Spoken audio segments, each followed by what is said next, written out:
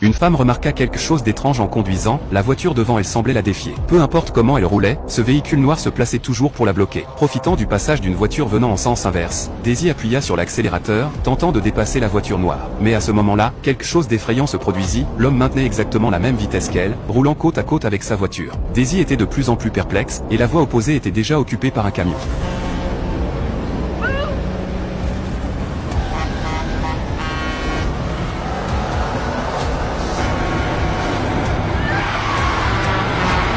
Heureusement, Daisy parvint à éviter le danger. Mais à sa grande surprise, l'homme accéléra encore et la rattrapa. Se pouvait-il que cette voiture noire soit en danger et qu'elle essaie de lui envoyer un signal? Daisy pensa qu'il valait mieux éviter les ennuis. À la bifurcation suivante, elle donna un coup de volant et prit une autre direction, se séparant enfin de cette voiture, ce qui lui permit de pousser un soupir de soulagement. Mais le soir, lorsqu'elle s'arrêta faire le plein, quelque chose d'encore plus étrange se produisit, cette voiture réapparut, comme si elle la suivait constamment. Heureusement, elle ne s'arrêta pas pour faire quoi que ce soit, ce qui rassura un peu Daisy. Après une journée bien remplie, elle s'allongea enfin pour se reposer.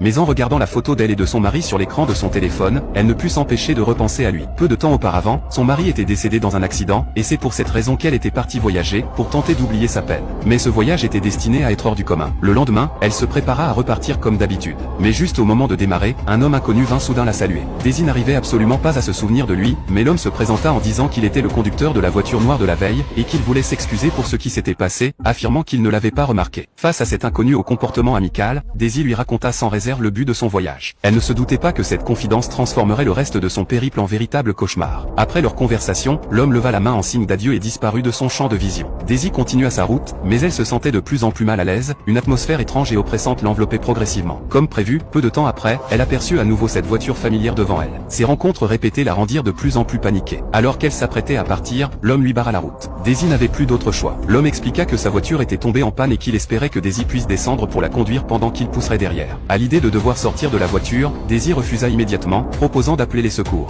Mais l'homme refusa catégoriquement, disant qu'il ne voulait pas déranger la police pour une panne. Cette réaction anormale alerta encore plus Daisy. Elle ignora sa demande, chercha des excuses tout en conduisant, et quitta rapidement cette route dangereuse. Mais tout allait-il vraiment s'arrêter là? Le soir, alors que Daisy se reposait au bord de la route, la voiture noire réapparut encore une fois. Son cœur était sur le point d'exploser, l'homme venait-il se venger? Elle accéléra et s'éloigna sans se soucier de ses salutations. Elle écrasa l'accélérateur pour s'éloigner de lui. Mais à peine avait-elle roulé quelques mètres qu'une voiture blanche bloqua soudain l'intersection, et l'homme derrière la rattrapa aussitôt.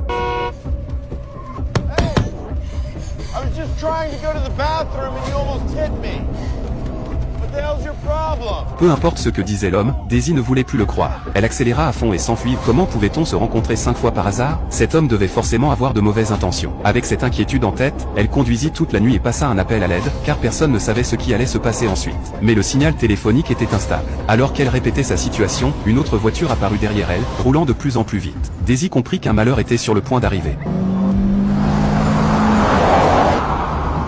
Heureusement, ce n'était pas la voiture familière, ce qui la rassura enfin. Pensant qu'elle avait trop imaginé les choses, elle raccrocha et crut qu'elle passerait une nuit tranquille. Mais soudain, la voiture perdit le contrôle, le volant ne répondait plus. Malgré tous ses efforts, la voiture finit par tomber dans un fossé. Même sans l'étranger, son mauvais sort l'avait rattrapée. Munie d'une lampe torche, Daisy inspecta les lieux et découvrit une anomalie au niveau du pneu, il avait été profondément entaillé. Un sentiment d'angoisse monta en elle, et à ce moment-là, des phares s'allumèrent derrière elle. La panique la submergea, elle comprit qu'il était trop tard. Elle se précipita dans la voiture pour se mettre à l'abri, mais l'homme tenait déjà une arme à la main.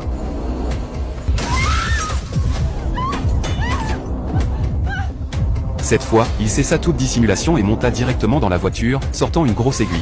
Daisy perdit peu à peu connaissance. Le lendemain, elle se réveilla et se rendit compte qu'elle était enfermée dans un sous-sol. Les fenêtres étaient équipées de barreaux, ce qui montrait clairement qu'il s'agissait d'une séquestration préméditée. Désespérée, elle se précipita vers la porte, mais en regardant dehors, elle ne vit aucun signe utile. Alors qu'elle était totalement désemparée, un bruit se fit entendre à la fenêtre. Elle se précipita pour appeler à l'aide, mais vit un visage familier. Daisy comprit alors qu'elle se trouvait dans un endroit isolé, perdu au milieu de nulle part. Mais comment allait-elle se sauver? La nuit tomba, et l'homme ouvrit enfin la porte. Daisy se recroquevilla dans un coin, sachant que personne ne pourrait entendre ses cris. L'homme s'approcha sans expression. Daisy comprit ce qu'il voulait et espéra qu'il lui demanderait une rançon. Mais elle avait largement sous-estimé cet homme. Face à ce que la plupart des hommes auraient exigé, Daisy tenta de résister, mais finit par rester prisonnière dans ce sous-sol. L'homme sortit aussi la tablette de Daisy, parcourut ses anciennes photos et ne cessa d'insulter son mari décédé. Daisy souffrait intérieurement, et elle passa cette nuit dans la douleur. Le lendemain, Daisy se réveilla dans le désespoir. Elle se dirigea encore une fois vers la porte et remarqua enfin quelque chose d'anormal, la clé était toujours dans la serrure. Elle eut immédiatement immédiatement une idée, glisser sa veste sous la porte pour attraper la clé. Voyant un clou à proximité, elle saisit le vêtement et, de toutes ses forces, arracha le clou, afin de pouvoir faire levier sur la clé. Comme prévu, elle réussit rapidement à ouvrir la porte et sortit de ce sous-sol sombre. Mais à peine avait-elle fait quelques pas que l'homme rentra à ce moment-là.